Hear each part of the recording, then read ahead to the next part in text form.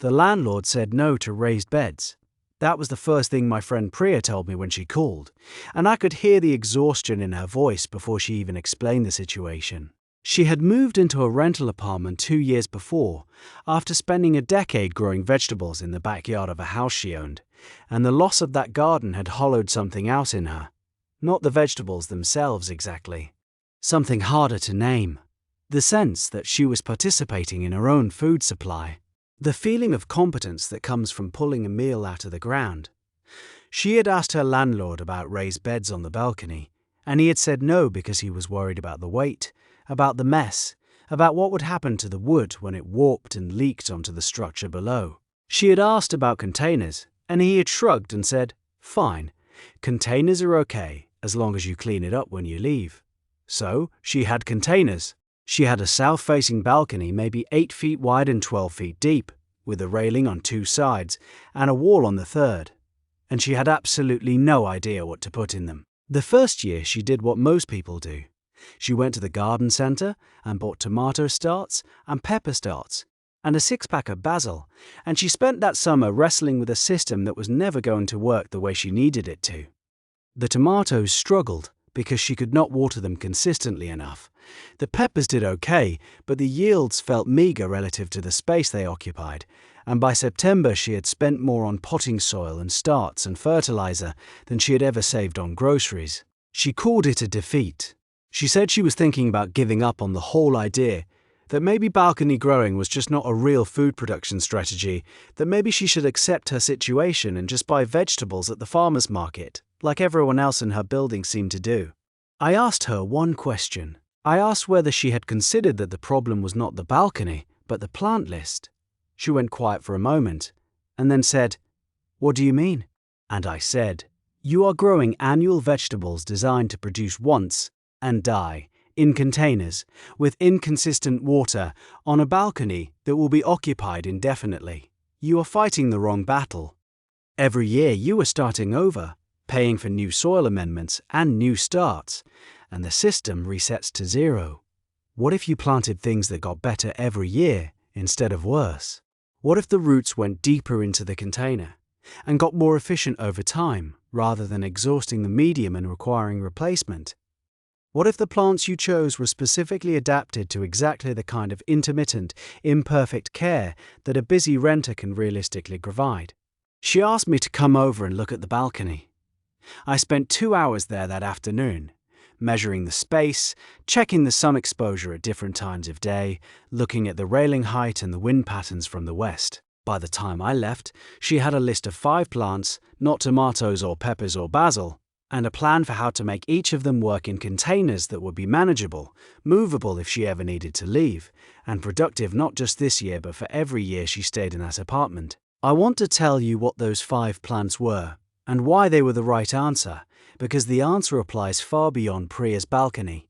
The rental situation is not the obstacle. The rental situation is actually one of the best possible arguments for growing perennials, and once you understand why, the entire plant list for container food production changes. Here is the reframe that changes everything about container and rental growing. Annual vegetables require you to rebuild the entire system every year. You buy new starts, or seeds, new amendments, sometimes new soil, and you pour all of that investment into plants that will give you one season and then die. In a garden bed in the ground, that annual reset is annoying, but manageable because the soil itself accumulates biology and structure over time. In a container, the annual reset is brutal because the container has no reserve. It holds only what you put in it, and what you put in it gets depleted fast. Perennial crops solve this problem at the root level, literally. Their root systems spend the first year or two establishing deep, efficient networks. They get better at extracting water and nutrients from the container medium as they mature. By year 3, a well-established perennial in a large container needs far less intervention than a first-year annual, and it produces more.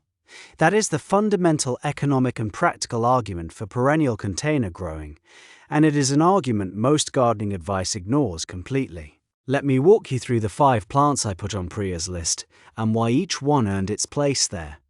The first plant is Alpine strawberry, which is the common name for Fragaria vesca, This is not the same as the large commercial strawberry most people are familiar with. Alpine strawberry is the wild ancestor of all modern cultivated strawberries, and its growing behavior reflects millions of years of evolution in exactly the kind of variable, resource-limited conditions that a container on a balcony imposes.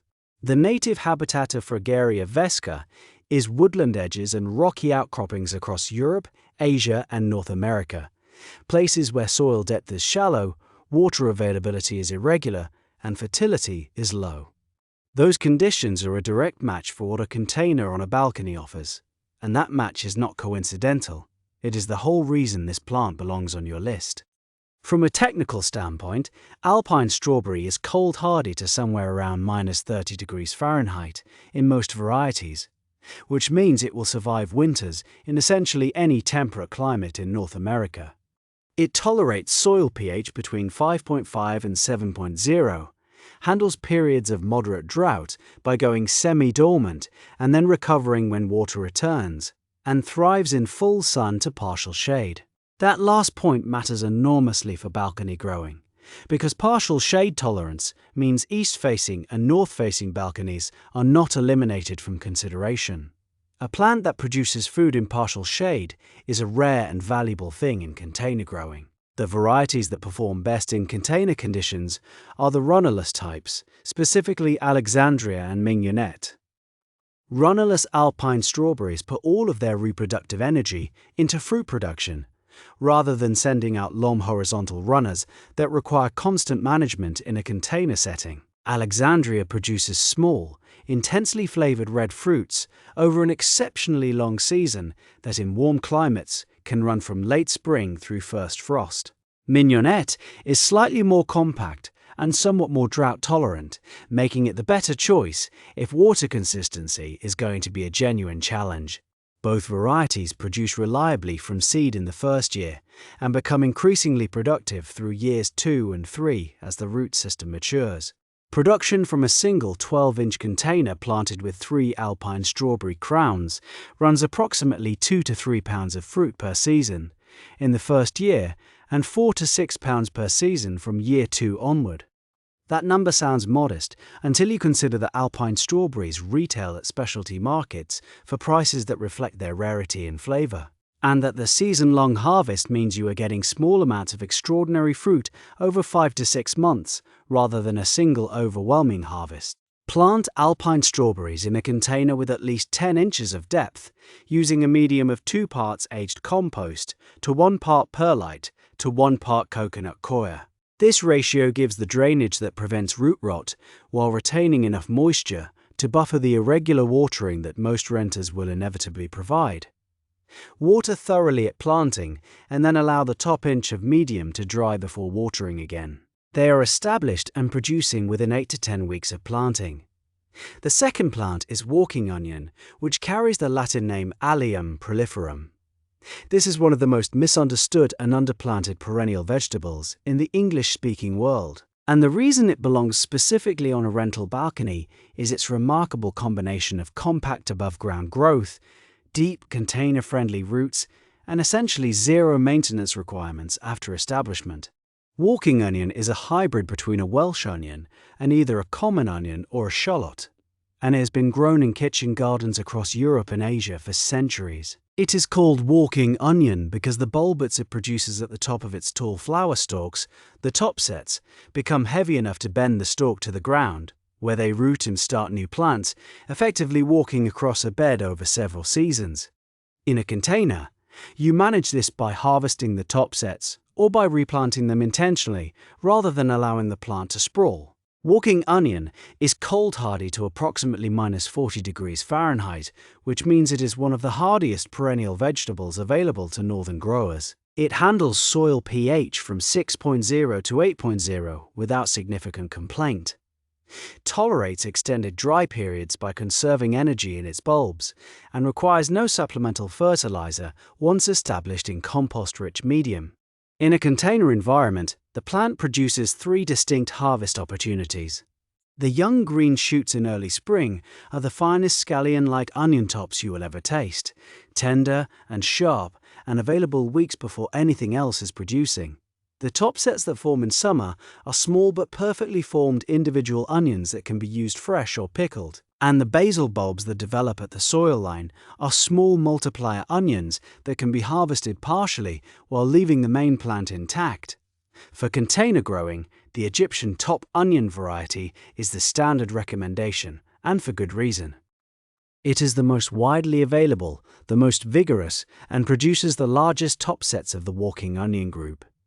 Plant in a container at least 12 inches deep, setting individual bulbs 2 inches below the surface and spacing them 3 to 4 inches apart. A 14-inch round container will hold 5 to 6 plants comfortably, and 5 to 6 plants will produce enough green onion material to satisfy a household that uses onions regularly from early spring through fall. Medium should be rich and well drained, and once established, walking onions require virtually no supplemental watering in climates with any rainfall at all. On a dry balcony, water once a week during the growing season and stop watering entirely from first frost through late winter. The plants will look dead, and they will not be. The third plant is Good King Henry, which carries the Latin name Chenopodium bonus henricus.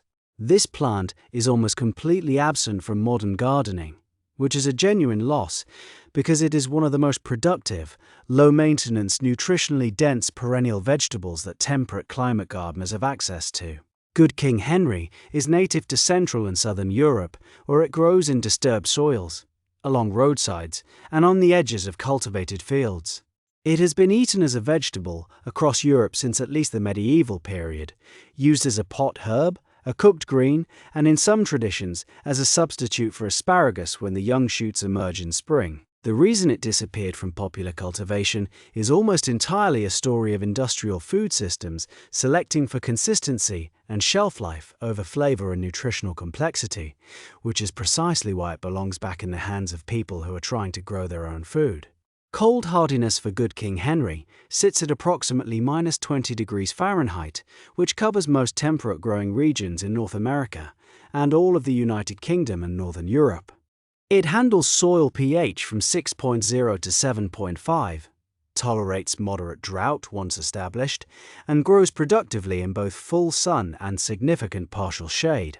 For a north or east-facing balcony, where most vegetables fail, Good King Henry is one of the few truly productive food plants available. The above-ground growth reaches approximately 18 to 24 inches in height, making it a medium container plant that fits naturally on a railing side position, where it can access light without shading smaller plants behind it. The harvest calendar for Good King Henry stretches from early spring through late fall. In spring, the young shoots emerge looking and tasting somewhat like asparagus, and they can be cooked and eaten the same way. As the season progresses, the large triangular leaves are harvested like spinach and used cooked in any recipe that calls for chard, spinach, or beet greens. The leaves are high in oxalic acid when raw, so cooking is the standard preparation, and cooking reduces the oxalic acid to levels comparable to spinach. Production from a single established plant in a 14-inch container runs approximately 2 to 3 pounds of harvestable greens per season in year 1 and 4 to 8 pounds per season from year 2 onward. As the taproot system deepens and the plant develops its full productive capacity. Plant Good King Henry from seed or divisions in a container at least 14 inches deep because the taproot benefits from depth. Use a medium of equal parts aged compost, garden loam or a mineral-rich potting base and perlite. Sow seed on the surface and press gently into the medium as seed requires light to germinate. Germination occurs in 10 to 14 days at soil temperatures between 55 and 65 degrees Fahrenheit. Water consistently during the first growing season, then reduce to once per week watering in dry conditions thereafter. Do not harvest in the first year. Allow the plant to establish fully before taking any significant harvest in year 2. The fourth plant is lemon balm, which carries the Latin name Melissa officinalis. I want to be precise about why this plant is on the list, because its inclusion might surprise someone who is thinking primarily about caloric production. Lemon balm is a perennial herb in the mint family, native to southern Europe and the Mediterranean region, and it has been cultivated for over 2,000 years for culinary medicinal purposes that blur the line between food and medicine in useful ways. The reason it belongs on a rental balcony food production list is threefold. First, it is among the most consistently productive plants per container area available to temperate growers, producing harvestable material every 2 to 3 weeks throughout the growing season.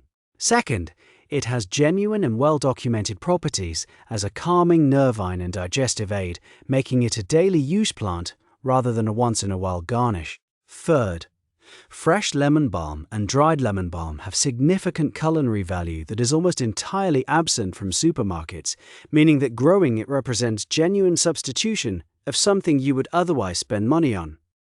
Lemon balm is cold hardy to approximately -20 degrees Fahrenheit in protected container positions, though the above-ground growth dies back in hard frost and regrows from the root crown in spring. In a container on a sheltered balcony, the root system often survives winters that would kill an unprotected in-ground planting in the same climate. Soil pH tolerance runs from 6.0 to 7.5. Drought tolerance is moderate, meaning it handles short dry periods without significant damage, but produces more generously with consistent moisture. The plant grows to approximately 18 to 24 inches in full sun and somewhat shorter in partial shade, and it responds vigorously to cutting, meaning each harvest triggers fresh growth within 10 to 14 days. The variety aurea, which is the golden lemon balm, is slightly less vigorous than the straight species, but more ornamental if the appearance of the container planting matters to you or your landlord. For pure production, the straight species Melissa officinalis is the best choice, as it produces more biomass per cutting cycle and establishes faster from transplant. Production from a single 12-inch container runs approximately 3 to 5 ounces of fresh leaf per cutting cycle, with cutting cycles possible every 2 to 3 weeks, from spring through fall. Over a full season, this translates to approximately 1.5 to 2 pounds of fresh herb, which dried represents approximately 3 to 4 ounces of dried herb, equivalent to what you would spend roughly $15 to $25 purchasing at a specialty herb supplier. Plant lemon balm in a container at least 10 inches deep in full sun to partial shade. It tolerates the same 2 parts compost or 1 part perlite to 1 part coir medium recommended for the Alpine strawberries, and it appreciates consistent watering during establishment. Once established, it can tolerate significantly drier conditions. The critical management task with lemon balm in a container is preventing it from going to flower and seed early in the season, as flowering triggers a reduction in leaf essential oil content. Clip the plant back by 1/3 whenever you see flower buds forming before you are ready to let it complete its cycle. At the end of the season, allow it to flower fully for pollinators, then cut it back hard before frost and mulch the container with several inches of straw to protect the root crown through winter. The 5th plant is sea kale, which carries the Latin name Crambe maritima. This is the plant that most surprises people when they see it on a container list, because it grows large and architectural and looks nothing like what most people imagine when they think about container vegetables. Sea kale is native to the rocky, windswept shorelines of Western Europe, growing directly in sand and gravel above the high tide line in some of the most hostile growing conditions on the continent. It has evolved to push deep taproots into well-drained mineral-rich substrates and to produce large, waxy, blue-grey leaves that resist moisture loss in constant wind. Those adaptations, deep root tolerance of vertical space, outstanding drought resistance, tolerance of mineral-poor fast-draining substrate, translate directly into the conditions of a large, deep container on a wind-exposed balcony. Cold hardiness for sea kale reaches approximately -15 degrees Fahrenheit, which covers most temperate regions. It handles soil pH from 6.0 to 8.0 and prefers a sandy, fast-draining medium over a rich, water-retentive one, making it one of the few food plants that actively benefits from the fast-draining conditions that stress most container vegetables. It is deeply drought-tolerant once established, capable of going 2 to 3 weeks without supplemental water in moderate temperatures without visible stress. The above-ground growth reaches approximately 2 feet in height and width at maturity, making it a large container plant that needs a container at least 18 inches deep and 18 inches wide to express its full productive potential. The harvest from sea kale is unique among perennial vegetables. In early spring, before the leaves fully expand, the new growth is blanched by placing an upturned pot or a cardboard cone over the emerging crown for 2 to 3 weeks. The blanched shoots that emerge in the dark are pale, tender, and have a flavor that is often compared to a cross between asparagus and mild broccoli rabe. This forced spring harvest is a delicacy that is simply not available commercially in most markets. After blanching season, the large leaves that develop through summer are edible raw or cooked, with a flavor similar to mild cabbage. The flower shoots that emerge in late spring, before the main leaf flush, are also edible and can be cooked like broccoli. One established sea kale plant in a large container yields approximately 1.5 to 3 pounds of blanched spring shoots per season and 2 to 4 pounds of summer leaf material. Plant sea kale from root cuttings called thongs rather than from seed if you want production within 1 to 2 seasons. Seed-grown plants take 3 years to reach full production. Plant thongs in a container filled with 2 parts coarse sand or fine gravel to 1 part aged compost, a mix that more closely mimics the coastal substrate where this plant evolved than any standard potting mix would.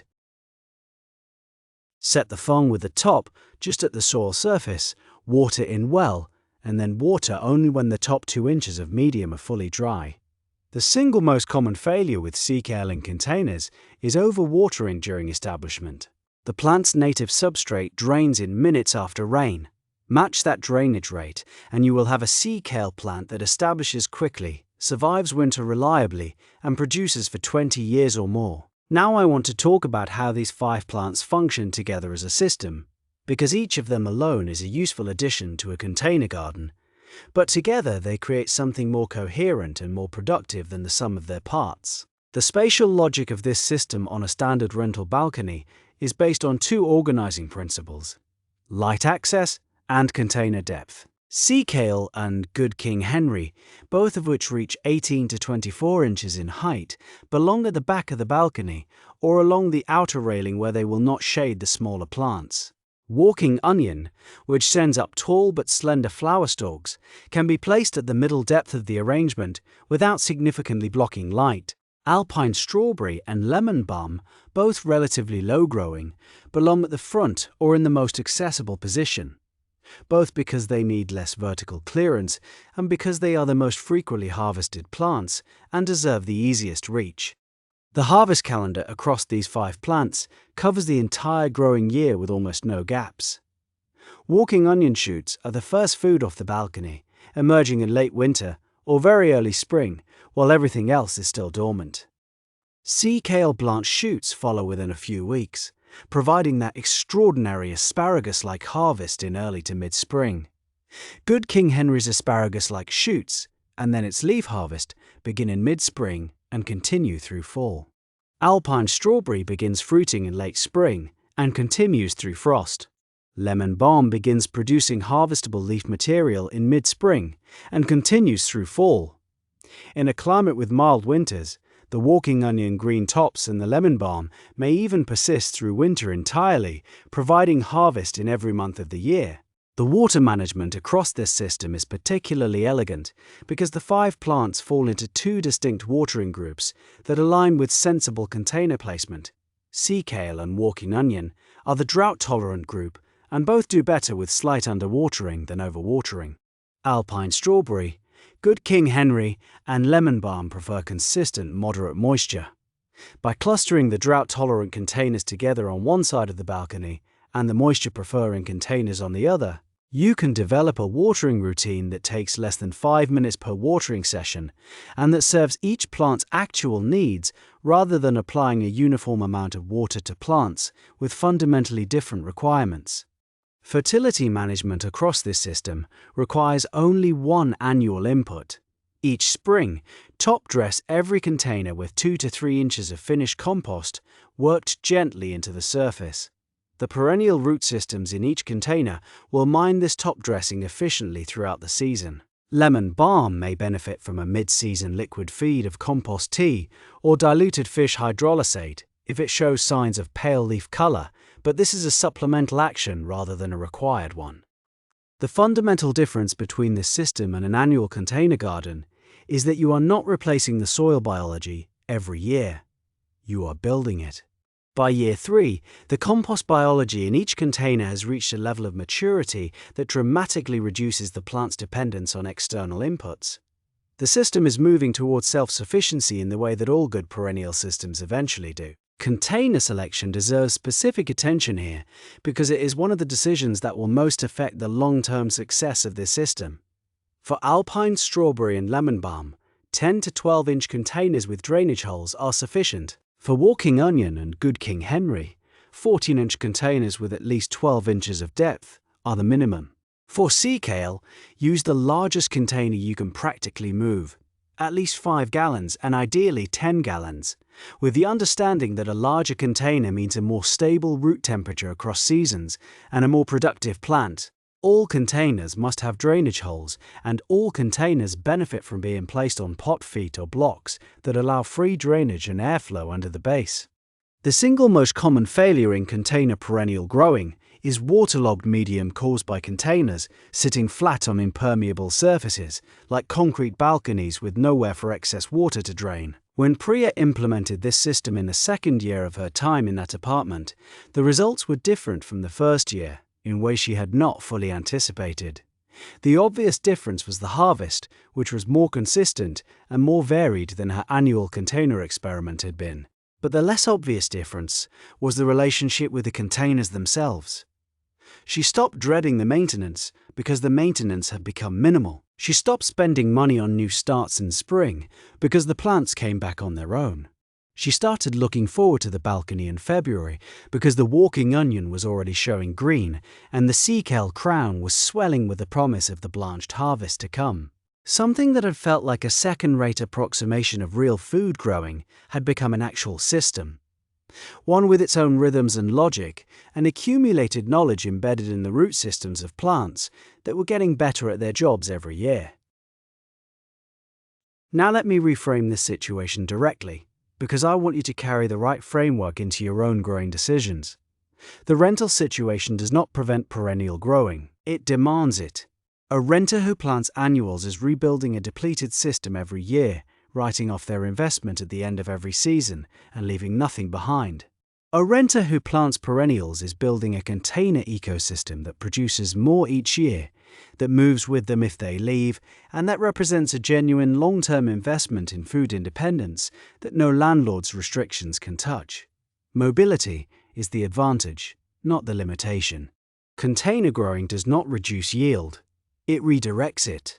In the ground, an annual tomato plant spreads its energy across a root system that extends far beyond any container. In a container, a perennial plant with a well-adapted root system concentrates that energy into the space you have given it and becomes more efficient at doing so every year. The container is not a constraint, it is a training system. A south-facing balcony is not the only viable option.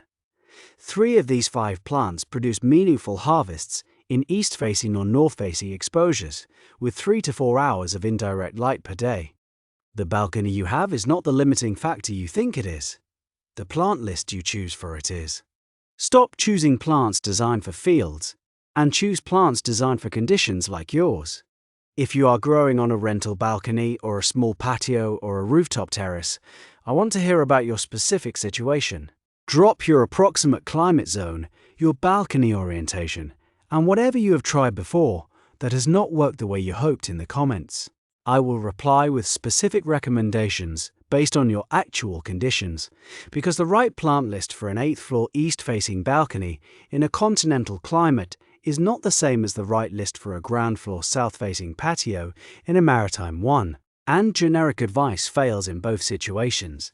The system, in one sentence, plant perennial food crops selected for their native adaptation to shallow, fast-draining, resource-limited substrates in containers large enough to support multi-year root development, organize them spatially by height and water requirement, top dress annually with finished compost, and allow the accumulating root biology to drive productivity upward each year until the system feeds you with less input than any annual container garden ever could.